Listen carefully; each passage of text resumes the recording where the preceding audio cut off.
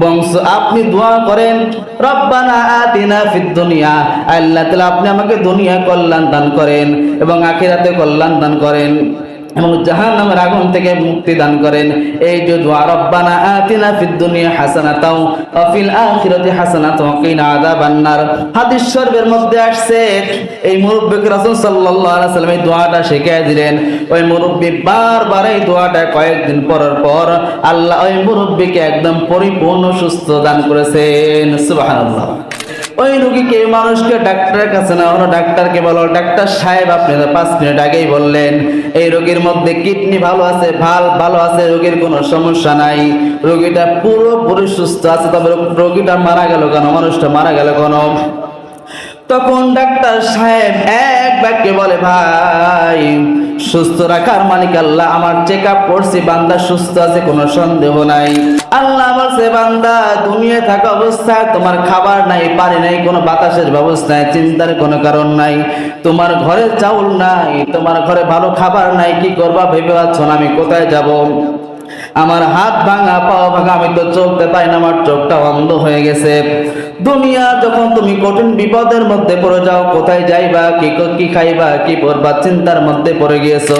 খাবার পাওয়ার জন্য বান্দা মাঠের মধ্যে দৌড়ায়, কাজের মধ্যে দৌড়ায়, ব্যবসার কাজের মধ্যে দৌড়ায়। যারা দুনিয়ার স্বার্থ হাসিলের জন্য দুনিয়ার বুকে দৌড়ায়, এরা আল্লাহকে স্মরণ না করে ফসলকে বেশি স্মরণ করে, আল্লাহকে স্মরণ না করে চাকরিকে বেশি স্মরণ করে, আল্লাহকে স্মরণ না করে দুনিয়ার স্বার্থগুলো বেশি স্মরণ করে। বিসমিল্লাহির রহমানির রহিম। فإذا قضيتم مناسككم فاذكروا الله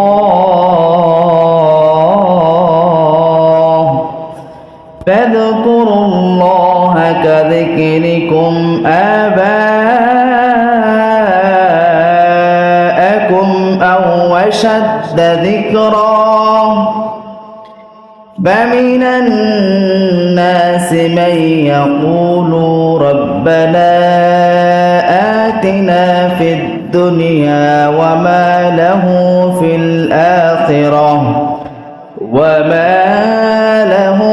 الآخرة من خلاق ومنهم من يقول ربنا آتنا في الدنيا حسنة وفي الآخرة حسنة وقنا عذاب النار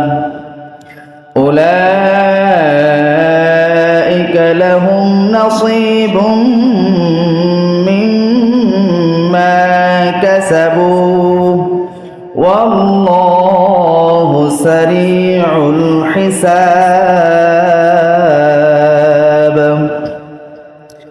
صدق الله العظيم فإذا قضيتم مناسككم আর যখন কদাইতুম বলা হয় সম্পূর্ণ করেছো, ফাইদা আর যখন কদাইতুম তোমরা সম্পূর্ণ করেছো, মানাসিকাকুম তোমাদের কাজ সমূহ, ফাযকুরুল্লাহ অতএব তোমরা কি করো আল্লাহকে স্মরণ করো, আল্লাহর জিকির করো। কাযিকরিকুম আবাউকুম যেমন তোমরা স্মরণ করো তোমাদের বাবা মা পূর্বপুরুষদের, আও আসাদ এবং তার চাইতেও তোমরা আল্লাহকে অধিক পরিমাণ স্মরণ করো। ফামিনান নাস মান ইয়াকুলু তাদের মধ্যে এমন কিছু লোক আছে রব্বানা আতিনা ফিদ দুনিয়া, যারা বলে হে আল্লাহ আপনি আমাদের দুনিয়া দান করেন।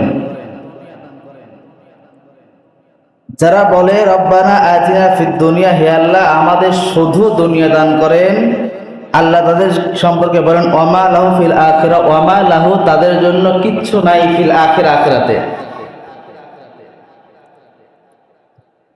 মিন খলাক তারা আখিরাতে কিচ্ছু পাবে না। ওয়া মিনহুম মান ইয়াকুলু এবং তাদের মধ্যে এমন কিছু লোক আছে যারা বলে রব্বানা আতিনা ফিদ দুনিয়া, আল্লাহ আপনি আমাকে ফিদ দুনিয়া হাসানা, দুনিয়ার হাসানা, দুনিয়ার ভালো কিছু দান করো। অফিল আখিরাতে হাসানা, এবং আখিরাতের ভালো কিছু দান করো। ওয়াকিনা আযাবান নার, এবং আমাদেরকে জাহান্নামের আগুন থেকে বাঁচাও। তাহলে আয়াত 2 এর মধ্যে আমরা 2 ধরনের মানুষ পেলাম। এক ধরনের মানুষ যারা শুধু দুনিয়া চায়, যারা শুধু দুনিয়া চায়। আর এক দল মানুষ আছে যারা দুনিয়াও চায়, আখিরাতও চায়, এবং জাহান্নামের আগুন থেকে মুক্তি চায়। আল্লাহ রাব্বুল আলামিন আয়াত 2 এর মধ্যে 2 ধরনের মানুষের কথা উল্লেখ করছেন। এক ধরনের মানুষ যারা শুধু দুনিয়া চায়, যারা শুধু দুনিয়া চায়। রব্বানা আতিনা ফিদ দুনিয়া, হে আল্লাহ আপনি আমাকে দুনিয়া দান করেন। আল্লাহ বলছেন ওয়ামা লাহু, এরা আখিরাতের কিঞ্চিত পরিমাণ শান্তি ভালো মন্দ কিছুই পাবে না। যারা শুধু কি চায়? দুনিয়া চায়। আবার আল্লাহ আরেক আয়াতের মধ্যে, পরবর্তী আয়াতের মধ্যে বলেন ওয়ামিনহুম মাইয়াকুলু, আবার এই মানুষদের মধ্যে এমনও কিছু মানুষ আছে যারা বলে রব্বানা আতিনা ফিদ দুনিয়া হাসানা, ইয়া আল্লাহ আপনি আমাদের দুনিয়ার কল্যাণ দান করেন, এবং অফিল আখিরাতে হাসানা, এবং আখিরাতের কল্যাণ দান করেন, এবং ওয়াকিনা আযাবান নার, জাহান্নামের আগুন থেকে বাঁচান। তাহলে 2 ধরনের মানুষ। কিন্তু এখানে প্রথম আয়াত আল্লাহকে বলেন, দেখেন فَإِذَا قَضَيْتُم مَّنَاسِكَكُمْ فَاذْكُرُوا اللَّهَ كَذِكْرِكُمْ آبَاءَكُمْ أَوْ أَشَدَّ ذِكْرًا। فَإِذَا قَضَيْتُم, দুনিয়ার এমন কোন মানুষ যারা দুনিয়ার কাজগুলো সম্পূর্ণ করে, মানাসিকাকুম, এবং ফাযকুরুল্লাহ কাযিকরিকুম, তারা আল্লাহকে স্মরণ করে। আল্লাহ বলছেন যখন তোমাদের কাজগুলো সম্পূর্ণ হয়, তোমরা তোমাদের কাজ হচ্ছে ফাযকুরুল্লাহ, আল্লাহকে স্মরণ করা। কাযিকরিকুম আবাউকুম, যেমন তোমরা স্মরণ করেছিলে তোমাদের বাবা এবং মাকে। এখানে আল্লাহকে বলছেন তোমরা আল্লাহকে স্মরণ করো ওইভাবে যেমন করে তোমরা তোমাদের পিতামাতাকে স্মরণ করো, যেমন তোমরা তোমাদের পিতামাতাকে স্মরণ করো। আয়াতের শান নজুল হচ্ছে রাসূল সাল্লাল্লাহু আলাইহি ওয়াসাল্লামের জামানায় এমন কিছু মানুষ ছিল, এই যে ব্যক্তি দুনিয়া চায় এবং ভালো কাজগুলো সম্পূর্ণ করার বা বাবা মার কথা স্মরণ করে। আয়াতের ব্যাখ্যায় শানে নজুল হচ্ছে রাসূল সাল্লাল্লাহু আলাইহি ওয়াসাল্লামের জামানায় এমন কিছু মানুষ ছিল যে এই মানুষগুলো আল্লাহর ঘর হজ করতে যেত, তাওয়াফ করতে যেত। যখন হজের সম্পূর্ণ কাজগুলো শেষ হয়ে যেত, যখন বাড়ি চলে আসবে তার পূর্ব মুহূর্তে এই বান্দাগণ কি করত? এই বান্দাগণ ওই কাজগুলো করত। ওই ফিরে আসার সময় বেশি বেশি আমার বাবা এইটা করছে, আমার দাদা সেইটা করছে, এই বাপ দাদার ভালো এবং মন্দ গুণগুলা প্রকাশ করে দিত। আল্লাহ তাদের সম্পর্কে বলেন, হে দুনিয়ার মানুষ, হে ওই সকল মানুষরা যারা তোমরা হজ করতে গিয়ে হজের কাজগুলো সম্পূর্ণ করার পর তোমরা তোমার আল্লাহকে স্মরণ করা বাদ দিয়ে বাপ দাদার নামগুলো স্মরণ করো। আল্লাহ তাদেরকে বলছেন, হে বান্দাগণ তোমরা বাপ দাদার নামগুলা যেভাবে স্মরণ করতে তোমরা ওইভাবে আমি আল্লাহকে স্মরণ করো। খবরদার ওই মুহূর্তের সময় বাপ দাদার কাহিনী তোমরা স্মরণ করো না, স্মরণ করো ফাযকুরুল্লাহ, তোমরা একমাত্র আল্লাহকে স্মরণ করো। আসাদ এবং বাপ মাকে যেমন স্মরণ করতে তার চাইতে বেশি পরিমাণ স্মরণ করো আমি আল্লাহকে। তার মানে ওই জামানে কিছু মানুষ ছিল যারা হজ করতে যেত, হজ করে আসার পূর্বে এরা যখন হজ শেষ হয়ে যেত মনে করতো আমাদের কোনো কাজ নাই, হজ শেষ হয়ে গেছে, সমস্ত কাজ সম্পন্ন, এখন তো দুনিয়াবি কথা বলাই যায়। এই জন্য তারা কি করত, তাদের আব্বাই কি করছে, দাদাই কি করছে এবং কোথায় কি করছে সমস্ত কাজগুলো তারা সেখানে তুলে ধরতো। তাদের সম্পর্কে আল্লাহ বলেন, খবরদার তোমরা ওই সময় তোমরা বাপ দাদার কিস্সা কাহিনী বলো না, তোমার বাবাই কি করছে, মায়ে কি করছে, এই ইতিহাস টেনে তুলো না। তোমরা সেই সময় আল্লাহকে ডাকো, সুবহানাল্লাহ, সেই সময় আল্লাহকে ডাকো। আয়াতের মধ্যে এখানে তিনটা অর্থ তাফসীরের মধ্যে প্রেরণ করা হয়েছে। এই যে বাপ দাদাকে ডাকার ব্যাপারে তিনটা অর্থ প্রণয়ন করা হয়েছে। এক নম্বর, তোমরা ওই পরিমাণ আল্লাহকে ডাকো যেমন ছোট্ট শিশু বাচ্চা মানুষ যখন বাবা মাকে স্মরণ করে, তোমরা ওর চাইতে আল্লাহকে বেশি বেশি স্মরণ করো। সন্তান ছোট্ট শিশু বাচ্চা বাবা মাকে কেমন করে স্মরণ করে একটু হিসাবটা মিলাই নিয়ে। ছোট্ট বাচ্চা জন্মগ্রহণ করার পর থেকে শুরু করে যখন বাচ্চা থাকে, এই ছোট্ট বাচ্চাগুলা বাবা মাকে কেমন করে স্মরণ করে। আল্লাহ বলছেন ছোট্ট বাচ্চারা যেমন বাবা মাকে স্মরণ করে, তোমরা তার চাইতে আমি আল্লাহকে বেশি বেশি স্মরণ করো। এখন ছোট্ট বাচ্চার দিকে নজর দেন, ছোট্ট বাচ্চারা কেমন করে বাবা মাকে স্মরণ করে দেখেন। এই ছোট্ট বাচ্চার যখন খিদা লাগে তখন কাকে ডাকে বেশি বলেন? বাবা মাকে ডাকে, মাকে বেশি স্মরণ করে। ছোট্ট বাচ্চা যখন ক্ষুধার্ত হয়ে যায়, যখন শরীরের মধ্যে খিদা ভাব অনুভব হয়, তখন ছোট্ট বাচ্চা তো দুনিয়ার কোনো কিছু বোঝো না, ভালো বোঝে না, খারাপ বোঝে না। এতটুকু জ্ঞান আল্লাহ ওর গর্ভ থাকা অবস্থা, এতটুকু জ্ঞান আল্লাহ তার মধ্যে দিয়েছিলেন। এ বান্দা, তোমার যখন খিদা লাগবে, কোনো বিপদের মধ্যে পড়ো, তোমরা সর্বপ্রথম একটু কান্না করে মাকে স্মরণ করায় দাও। তাহলে ছোট্ট বাচ্চা যখন ক্ষুধার্ত হয়ে যায়, দুনিয়ার কাউকে ডাকে না, ডাকে একমাত্র আল্লাহকে। আল্লাহ এইটাই বান্দাকে বোঝাইতে চায়, বান্দা তোমরা দুনিয়ায় থাকা অবস্থায় ছোট্ট বাচ্চা যখন ক্ষুধার্ত অবস্থায় দুনিয়ার তালাশ করে না, কোথায় গেলে টাকা পাওয়া যাবে, কোথায় গেলে বেশি ইনকাম করা যাবে, ইনকাম থেকে ভালো মন্দ খাইতে পারবো। বাচ্চাটা দুনিয়ার কোনো চিন্তা করে না, চিন্তা এতটুকু করে এখন আমার খেতে লাগছে, মাকে ডাকলে আমার খাবারের ব্যবস্থা হয়ে যাবে।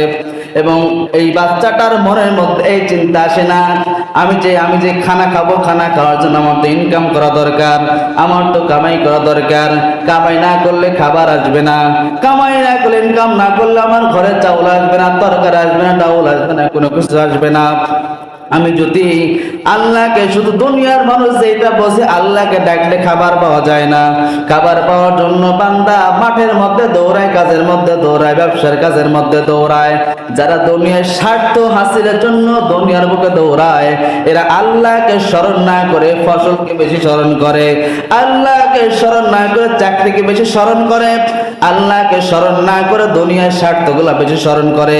এদের ধারণা হচ্ছে দুনিয়ার মানুষ যখন বিপদের মধ্যে পড়ে যায়, যখন বান্দা ক্ষুধার্ত হয়ে যায়, ক্ষুধার্ত হওয়া অবস্থায় আল্লাহ খানা দিতে পারে না, খানা দিতে পারে তার ওই ফসল, খানা দিতে পারে তার ওই ব্যবসা, খানা দিতে পারে তার ওই চাকরি, এইটা সে ব্যক্তি মনে করে। কিন্তু মূলত আজই আল্লাহ আমাকে জন্ম দান করেছেন, সে আল্লাহ কিন্তু আমাকে খাওয়াবেন। এই জন্য আল্লাহ বলছেন, হে বান্দা, দুনিয়ায় থাকা অবস্থা যখন তোমরা ক্ষুধার্ত অবস্থায় হও, যখন তোমরা কোনো কাজ সম্পূর্ণ করো, তখন ছোট্ট শিশু বাচ্চা যেমন কোনো কিছু দিকে তাকায় না, সরাসরি বিপদের মধ্যে পড়লে প্রথমেই যাকে ডাক দেয় সেটা হচ্ছে একমাত্র আম্মা। আল্লাহ বলছে, বান্দা দুনিয়ায় থাকা অবস্থায় তোমার খাবার নাই, পানি নাই, কোনো বাতাসের ব্যবস্থা নাই, চিন্তার কোনো কারণ নাই, তোমার ঘরে চাউল নাই, তোমার ঘরে ভালো খাবার নাই, কি করবা ভেবে পাচ্ছ না আমি কোথায় যাব, আমার হাত ভাঙা, পাও ভাঙা, আমি তো চলতে পারি না, আমার চোখটা অন্ধ হয়ে গেছে। দুনিয়া যখন তুমি কঠিন বিপদের মধ্যে পড়ে যাও, কোথায় যাইবা, কি খাইবা, কি করবা, চিন্তার মধ্যে পড়ে গিয়েছো। আরে বান্দা, টেনশনের কোনো কারণ নাই। দুনিয়ার মানুষ ছোট্ট বাচ্চা যেমন দুনিয়ার কোনো দিকে তাকায় না, ক্ষুধার্ত হইলেই যেমন মাকে ডাক দেয়, মার কাছে কান্না করলে খাবার পাওয়ার আশা করা যায়। আল্লাহ বান্দাকে এইটাই বুঝাইতে চায়, বান্দারে একটা ছোট্ট বাচ্চা যেমন কোনো দিক তালাশ করে না, যখন ক্ষুধার্ত হয় সর্বপ্রথম আগে ডাক দেয় আম্মা জান, সর্বপ্রথম আগে মায়ের সামনে গিয়ে কান্না করে। সে জানে মায়ের কাছে কান্না করলে খাবারের ব্যবস্থা হয়ে যাবে। আল্লাহ বান্দাকে বুঝায়, বান্দা যখন তুমি কোনো বিপদের মধ্যে পড়ে যাও, তোমার ক্ষুধার্ত হয়ে যাও, তোমার ঘরে চাউল নাই, টাকার কোনো ব্যবস্থা নাই, চিন্তা করতেছে কোথা থেকে খাবার আসবে, আমাকে টাকা দিবে কে, কোনো চিন্তা করার দরকার নাই। ওয়াত্তাকুল্লাহ, আল্লাহর উপর ভরসা করে আল্লাহ, আল্লাহকে ডাকতে থাকো, আল্লাহর কথা স্মরণ করতে থাকো, দেখবে অটোমেটিক আল্লাহ তোমার খাবারের ব্যবস্থা করে দিয়েছেন। সুবহানাল্লাহ। এক নম্বর কি বুঝলাম? আমার অনেক মানুষ আছে না, দেখেন অনেকে অসুস্থ হয়ে যায়, অনেকে মানুষ আছে অসুস্থ হয়ে যায়, ভাবে যে আমি তো অসুস্থ, আমাকে খাবার দেবে কে, আমি তো ইনকাম করতে পারি না। অনেক মানুষের পা ভেঙে যায়, বিভিন্ন রোগ তার মধ্যে আকৃষ্ট করে রোগ। তখন সে ভাবে কি আমি কি খাবো, কোথায় যাব, টেনশন ফিল করে সে। কিন্তু আল্লাহ কি বলছেন, একটা বাচ্চা কোনো টেনশন করে? ছোট্ট বাচ্চা কোনো টেনশন ওর মনের মধ্যে, ও শুধু কান্না করে, ওর একটাই মাথার জেহেনের মধ্যে আছে কান্না করলেই খাবার আসবে, কান্না করলেই খাবার আসবে। তো আমাদের মনের মধ্যেও এইটুকু চিন্তা করা দরকার, আমরা যদি আল্লাহকে ডাকতে পারি অবশ্যই আল্লাহ আমার সব ব্যবস্থা করে দিবেন। সুবহানাল্লাহ। তাহলে এক নাম্বার, বাচ্চা যেমন কান্না করে, এবার মনে করেন বাচ্চা একটা খাটের থেকে পড়ে গিয়েছে, আঘাতপ্রাপ্ত হয়েছে, ছোট্ট শিশু বাচ্চা আঘাতপ্রাপ্ত হয়েছে, ক্ষতিগ্রস্ত হয়েছে। মনে করেন তার গায়ের মধ্যে একটা মশা কামড় দিয়েছে, তার গায়ের মধ্যে একটা পিঁপড়ার কামড় দিয়েছে। ওই বান্দা ছোট্ট বাচ্চা জেহেনের মধ্যে চিন্তা নাই, পিঁপড়া কামড় দিলে তাকে হাত দিয়ে আঘাত করে মারতে হবে, চিন্তা আছে? ওই ছোট্ট বাচ্চার মাথার মধ্যে চিন্তা নাই, আমি যে খাট থেকে এখন পড়ে যাওয়ার সময় আমার দু হাত দিয়ে খাটটা ধরতে হবে, এই বুদ্ধি কিন্তু তার মধ্যে নেই। ছোট্ট বাচ্চা শিশু বাচ্চার মধ্যে এরকম দুনিয়ার কোনো চিন্তা নেই, আমাকে পিঁপড়া কামড় দিলে, মশা কামড় দিলে, এই মশার কামড় থেকে বাঁচার জন্য কি করতে হবে, কোন পথে যাইতে হবে, আমি যে খাবার খাচ্ছি, আমি যে ক্ষতির মধ্যে পড়তেছি, ক্ষতি থেকে বাঁচার সমাধান কি? এই বাচ্চা ক্ষতি থেকে বাঁচার জন্য কিন্তু দুনিয়ার কোনো চিন্তা করে না। এই ছোট্ট শিশু বাচ্চার মনের মধ্যে একটাই মাত্র চিন্তা আছে। তাহলে বুঝলেন, ছোট্ট বাচ্চা যখন বিপদের মধ্যে পড়ে যায়, ওই বাচ্চাকে চিন্তা করে এখন বিপদের মধ্যে পড়ে আছি, কোন মন্ত্রীর কাছে যাইতে হবে, এলাকার চেয়ারম্যানের কাছে যাইতে হবে, মেম্বারের কাছে যাইতে হবে। বিপদে পড়লে মেম্বারের কাছে গেলে বিপদ থেকে উদ্ধার পাওয়া যায়, চেয়ারম্যানের কাছে গেলে বিপদ থেকে উদ্ধার পাওয়া যায়, এলাকার প্রধানের কাছে গেলে বিপদ থেকে বাঁচা যায়। ওই বাচ্চা কি মনের মধ্যে চিন্তা একবার করে নাকি বলেন? করে? একবার কিন্তু করে না। ওই ছোট্ট বাচ্চার মনের মধ্যে শুধু একটাই চিন্তা, আমি যত বিপদের মধ্যে পড়ি না কেন, আমি যত সমস্যার মধ্যে পড়ি না কেন, আমি যদি চিৎকার করে একবার মায়ের ডাকটা নিতে পারি, শব্দ যদি মায়ের কানের মধ্যে যায়, আমার মা দৌড়ে এসে আমি যতবার বিপদের মধ্যে পড়ি না কেন, একমাত্র মাই আমাকে সমস্ত বিপদ থেকে বাঁচাতে পারবে। একমাত্র মা আমাকে সমস্ত বিপদের মধ্যে থেকে বাঁচাতে পারবে। আল্লাহ বান্দাকে এটা বোঝায়, রে বান্দা শুনে নাও, যে আল্লাহ তোমাকে খাওয়ায়, যে আল্লাহ তোমাকে পড়ায়, যে আল্লাহ তোমাকে সুস্থ রাখছে, বাতাস দান করেছে, অক্সিজেন দান করেছে, কিডনি ভালো রাখছে, সমস্ত রোগ প্রতিরোধ ক্ষমতা তোমার শরীরের মধ্যে বৃদ্ধি করে দিয়েছে। ডাক্তাররা বলছেন মানুষ মরাটা বড় সহজ বিষয়, কিন্তু জীবিত থাকা বড় কঠিন একটা বিষয়। আল্লাহ প্রত্যেকটা অঙ্গ এবং প্রত্যঙ্গ এত সূক্ষ্মভাবে তৈরি করেছেন, এত সূক্ষ্মভাবে তৈরি করেছেন, একটা থেকে আর একটা সামান্য পরিমাণ, কিঞ্চিত পরিমাণ উলট পালট হয়ে গেলে মানুষ সেকেন্ডের মধ্যে দুনিয়া ছেড়ে বিদায় হয়ে চলে যাবে। একটু রোদের তাপ বেশি পড়লে হিট স্ট্রোক করে মারা যায়, একটু বেশি টেনশন করলে ব্রেন স্ট্রোক করে মারা যায়, একটু এমন সেমন হইলে, একটু খাবার এমন সময়, একটু চলাফেরা এমন সেমন হইলে, একটু চিকিৎসা এমন সেমন হইলে মানুষ সেকেন্ডের মধ্যে দুনিয়া ছেড়ে বিদায় হয়ে চলে যায়। এমনও রোগী আছে, এমন মানুষ আছে, ডাক্তারকে দেখানো হয়েছে, ডাক্তার বলছে এই মানুষের মধ্যে কোনো রোগ নাই, কোনো সমস্যা নাই, ডাক্তার বলছে এর কোনো চিকিৎসা নাই, এর সুস্থ মানুষ বাড়িতে নিয়ে যান। আসতে আসতে বাড়িতে পাওয়ার আগেই বান্দা দুনিয়া ছেড়ে বিদায় হয়ে চলে গেছে। ওই রোগীকে, মানুষকে ডাক্তারের কাছে না হলো, ডাক্তারকে বলো ডাক্তার সাহেব আপনি তো 5 মিনিট আগেই বললেন এই রোগীর মধ্যে কিডনি ভালো আছে, ভালো আছে, রোগীর কোনো সমস্যা নাই, রোগীটা পুরোপুরি সুস্থ আছে, তবে রোগীটা মারা গেল কেন, মানুষটা মারা গেল কেন? তখন ডাক্তার সাহেব এক বাক্যে বলে ভাই সুস্থ রাখার মালিক আল্লাহ, আমার চেক আপ করছি, বান্দা সুস্থ আছে, কোনো সন্দেহ নাই, কিন্তু যেই আল্লাহ সুস্থ রাখছে এই আল্লাহ তো সেকেন্ডের মধ্যে মৃত্যু দান করতে পারে। কোন কারণে মৃত্যু দান করবে কোনো হিসাব আল্লাহর না। আল্লাহ বিনা কারণেও সেকেন্ডের মধ্যে বান্দাকে দুনিয়া ছেড়ে বিদায় দিতে পারেন। এই জন্য ওই যে বাচ্চাটা, ছোট্ট বাচ্চা যখন অসুস্থ হয়ে যায়, বিপদের মধ্যে পড়ে যায়, এই বান্দা দুনিয়ার কোনো চিন্তা করে না, বিপদের মধ্যে পড়ে আছে, এখন চেয়ারম্যানকে ডাকতে হবে কিনা, এলাকার প্রধানকে ডাকতে হবে কিনা, এলাকার লোকজনকে ডাকতে হবে কিনা, আমার যে জ্বর আসছে, অসুস্থ হয়েছে, ডাক্তারকে আনতে হবে কিনা, কোন ওষুধ খাইতে হবে কিনা। এই শিশু বাচ্চা দুনিয়ার কোনো চিন্তা করে, এই বাচ্চারা একটাই মনের মধ্যে চিন্তা, আমি যত বড় বিপদের মধ্যে পড়ি না কেন, আমার জ্বর আসুক না কেন, আমার কোনো পোকা কামড় দিক না কেন, আমি খাটার থেকে পড়ে যাই না কেন, যত সমস্যা হোক, আমি যদি একটা চিৎকার মেরে, আমি একটাকে চিৎকার করে মাকে যদি ডাক দিতে পারি, আমার মায়ের কানে যদি আমার কান্নার আওয়াজটা চলে যায়, আমার সমস্ত কাজ ফেলে রেখে আমি যত বড় বিপদের মধ্যে পড়ি না কেন, সমস্ত বিপদ থেকে আমার মা আমাকে দূরে সরাই নিবে। আল্লাহ বলে, রে বান্দা, ওই ছোট্ট বাচ্চা যেমন চিন্তা করে, তোমরা ওইভাবে আমাকে চিন্তা করো। ওই বাচ্চা যেমন মাকে স্মরণ করে বিপদের মধ্যে পড়লে, তোমরা বান্দাগণ, আমি আল্লাহকে ওইভাবেই আমাকে স্মরণ করো। যখন বিপদের মধ্যে পড়ে আসো, অসুস্থতার মধ্যে পড়ে আসো, কোন ডাক্তারের কাছে নিবি, কোন চিকিৎসা নেওয়া লাগবে, ঢাকায় নেওয়া লাগবে কিনা, বিদেশ নেওয়া লাগবে কিনা, তুমি চিন্তা করতে সারে বান্দা, চিন্তা করার আগে আগে 2 রাকাত নামাজ আদায় করে আমার কাছে দুটো হাত তুলে কান্নাকাটি করো। আমি আল্লাহ চাইলে তোমার সমস্ত বিপদ থেকে রক্ষা করে দিতে পারি। সুবহানাল্লাহ। তাহলে যে সমস্যা করি না কেন, সর্বপ্রথম কাকে স্মরণ করতে হয় বলেন? যেমন একটা শিশু বাচ্চা দুনিয়ার কোনো চিন্তা তার মাথার মধ্যে আনে না, আনে একমাত্র কাকে আনে? যে আমার মার কাছে একটু কান্না করলেই আমার মা আমাকে বিপদ থেকে রক্ষা করবে। আল্লাহ এই কথা বলেন, তোমরা আল্লাহকে ওইভাবে স্মরণ করো, কাযিকিরকুম আবাউকুম, তোমরা তোমাদের সমস্যার মধ্যে পড়লে বাবা মাকে স্মরণ করো। তোমরা ওইভাবে আল্লাহকে স্মরণ করো, আসাদ্দা, এবং তার চাইতে অধিক পরিমাণে আল্লাহকে স্মরণ করো। কি বুঝলাম? একটা শিশু বাচ্চা যখন যে কোনো সমস্যায় পড়ে, কোন চিন্তা বাদ দিয়ে একমাত্র প্রথমে স্মরণ করে আল্লাহর কথা, মানে তার বাবা মায়ের কথা। যে বাবা মার কাছে কান্না করলেই খাবারের অবস্থা হয়ে যাবে, রোগ আসছে, বাবা মার কাছে বললেই বাবা মা যা করে তাই করবে।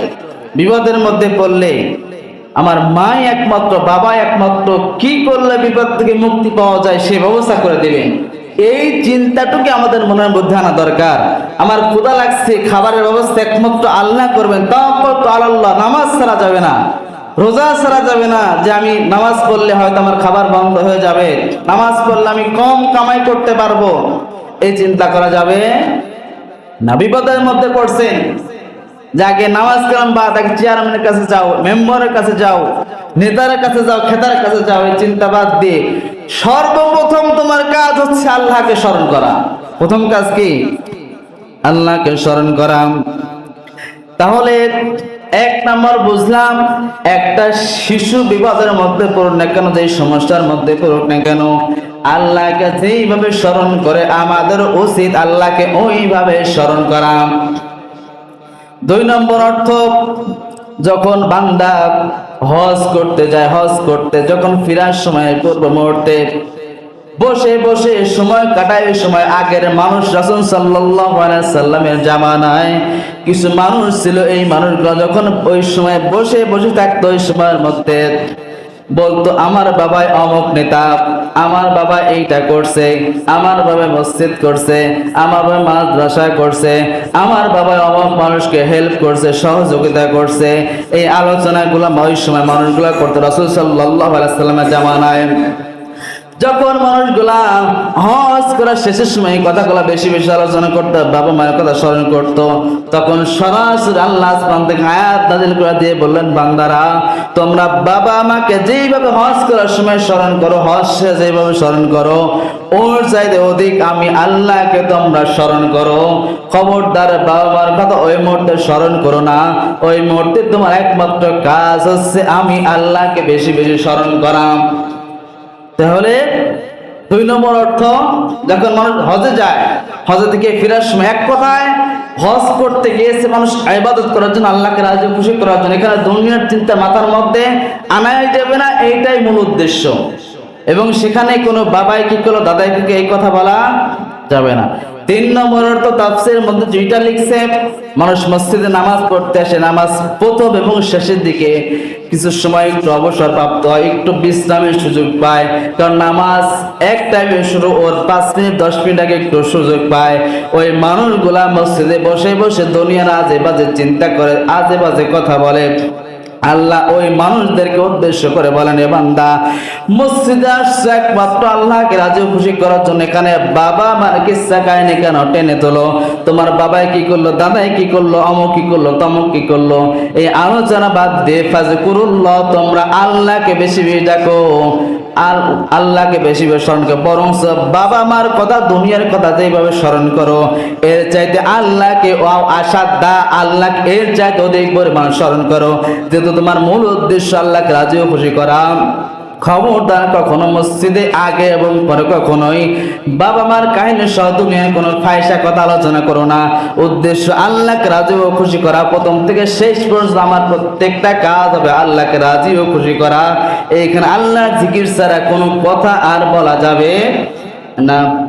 এরপর আল্লাহ বলেন,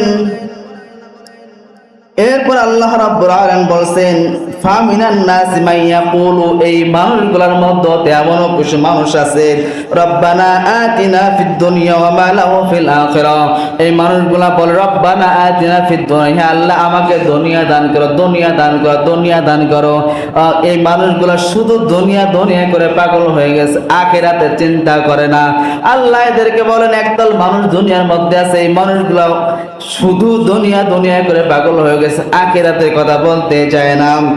এই মানুষগুলো সম্পর্কে আল্লাহ বলেন, ওয়ামা লাহু ফিল আখিরাতি মিন খালাক, যারা দুনিয়া দুনিয়া করে পাগল হয়েছে, এরা আখিরাতে এদের বিন্দু মাত্র কোনো লাভ আল্লাহ সেই সময় দিবেন না। শুধু তাই না, আল্লাহ শুধু এই আয়াতের শেষে আল্লাহ পরবর্তী আয়াতে আল্লাহ কত দয়াবান জাল্লা, কত মায়াবান জাল্লাত, বান্দাকে আল্লাহ কতটুকু ভালোবাসেন দেখেন। আল্লাহ বলছে, বান্দা খবরদার, তোমরা দুনিয়া দুনিয়া করে পাগল হইও না, তোমরা আমি আল্লাহর কাছে যেইটা চাও সেইটা বলো। আল্লাহ এদের মধ্যে বলেছেন, উলাইকা লাহুম নাসিবুম মিম্মা ওয়া মিনহুম মান ইয়াকুলু রাব্বানা, আল্লাহ বলছেন তোমরা এই একদল মানুষ যারা শুধু দুনিয়া চায়, যারা শুধু দুনিয়া চায়, এরা দুনিয়ায় বা আখিরাতে কিচ্ছু পায় না।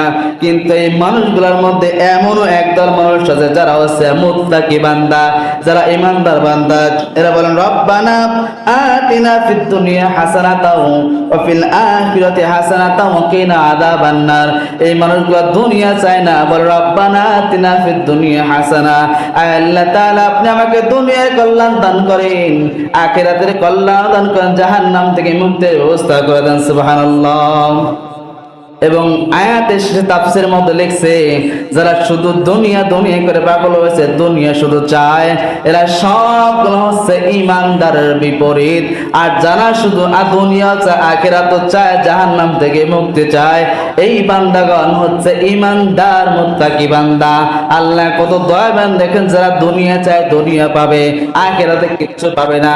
আর যারা দুনিয়া চায় আখিরাত চায়, আল্লাহ বলে আমি এদের প্রতি রাজি ও খুশি, এদের দুনিয়াও দেব আখিরাত দিয়ে দেব। সুবহানাল্লাহ। তাহলে বান্দার যে ক্ষতিগ্রস্ত হচ্ছে, যারা দুনিয়া দুনিয়া চায়, এরা কিসের মধ্যে আছে? ক্ষতির মধ্যে আছে, এরা ক্ষতির মধ্যে আছে। অথচ যে যারা দুনিয়া চায় এবং আখিরাত চায়, এরা দুনিয়াও পাইলো আখিরাতও পাইলো। আর যারা শুধু দুনিয়া চায়, এরা আখিরাত পাবে না। যারা শুধু দুনিয়া চায়, এরা কি পাবে না? আখিরাত পাবে না। আল্লাহ শিখাই দিলেন, ওই বান্দাগণ ঈমানদার যারা দুনিয়া চায় আখিরাতও চায়। দেখেন তাইলে যারা দুনিয়া চায়, এরা আল্লাহকে পাইলো না, আখিরাতও পাইলো না, আল্লাহ রাজি খুশিও তাদের প্রতি না, এরা বেঈমানদার। এবং যারা দুনিয়াও চাইলে, এরা দুনিয়াও পাইলো, আখিরাতও চাইলো, এরা আখিরাতও পাইলো, জাহান্নাম থেকে মুক্তিও চাইলো, এরা মুক্তিও পাইলো, আল্লাহ এদের প্রতি খুশি হয়ে গেল। সুবহানাল্লাহ। তাহলে আল্লাহ আমাদের প্রতি কত দয়া করছেন না, কত মায়া করছেন না আমাদের উপর। রাসূল সাল্লাল্লাহু আলাইহি সাল্লামের জামানায় এক বৃদ্ধা লোক ছিল, বৃদ্ধা লোক অসুস্থ অবস্থায় মৃত্যু শয্যায় শায়িত হয়ে আছেন। রাসূল সাল্লাল্লাহু আলাইহি সাল্লামের কাছে এক সাহাবী এসে বলে, ইয়া রাসূলুল্লাহ, ওই যে অমুক গ্রামে একটা মানুষ বৃদ্ধা হয়ে গেছে, তার গায়ের মধ্যে গোশত নাই, হাড় বের হয়ে গেছে, এত পরিমাণ অসুস্থ, একটু গিয়ে দেখে আসেন। ওই বান্দাকে রাসূল সাল্লাল্লাহু আলাইহি সাল্লাম দেখতে গেলেন। যাওয়ার পর দেখে ও ব্যক্তি অনেকটা অসুস্থ। রাসূল সাল্লাল্লাহু আলাইহি সাল্লাম বলছেন, হে বান্দা, হে আল্লাহর বান্দা, তুমি আল্লাহর কাছে কি কোনো দোয়া চাও নাই? এই অসুস্থ থেকে সুস্থতার জন্য আল্লাহর কাছে কি দোয়া চাও নাই? বলে হ্যাঁ চেয়েছি। বলে কি দোয়া চাইছো বলো? বলে আল্লাহর কাছে, আল্লাহর কাছে দোয়া করছে, আল্লাহ জাহান্নামের মধ্যে, কবরের জগতের মধ্যে যে আযাব আমাকে দান করছো, দান করবে, ওই আযাব আমাকে দুনিয়ায় দিয়ে জাহান্নামে আযাব দিও না। তখন আল্লাহ রাসূল বলছেন, খবরদার, আপনি ভুল করছেন। আল্লাহ যে আযাব দিবে, এই আযাব সহ্য করার ক্ষমতা কি দুনিয়ার কোন মানুষের আছে নাকি? বলেন। রাসূল বলছে, হো মুরব্বী বেটা, ও মুরব্বী মানুষ, বলেন আপনি যে জাহান্নামের আগুন আপনি দুনিয়াতে চাচ্ছেন, বলেন আল্লাহ জাহান্নামের যে আগুন দেবে, ওই আগুনকে আপনি দুনিয়া সহ্য করতে পারবেন কিনা? বলেন। ওই মুরব্বী বলছে, না না, আমি জাহান্নামে যে আগুন আল্লাহ দান করবে, এই জাহান্নামের আগুন আমি দুনিয়ায় বসে বসে সহ্য করতে পারবো না। তাহলে কেন আপনি দুনিয়াও চাইলেন না, আখিরাত আল্লাহর কাছে মুক্তি চাইলেন, অসুস্থতা থেকে সুস্থতার দোয়া করলেন না, শুধু আখিরাতের আযাবের বদলে আযাবটা দুনিয়া চাইলেন কেন? বংশ আপনি দোয়া করেন, রব্বানা আতিনা ফিদ দুনিয়া, আল্লাহ তাআলা আপনি আমাকে দুনিয়া কল্যাণ দান করেন এবং আখিরাতে কল্যাণ দান করেন এবং জাহান্নামের আগুন থেকে মুক্তি দান করেন। এই যে দোয়া, রব্বানা আতিনা ফিদ দুনিয়া হাসানাতাও ওয়া ফিল আখিরাতি হাসানাতাও ওয়া কিনা আযাবান নার, হাদিস শরীফের মধ্যে আসছে।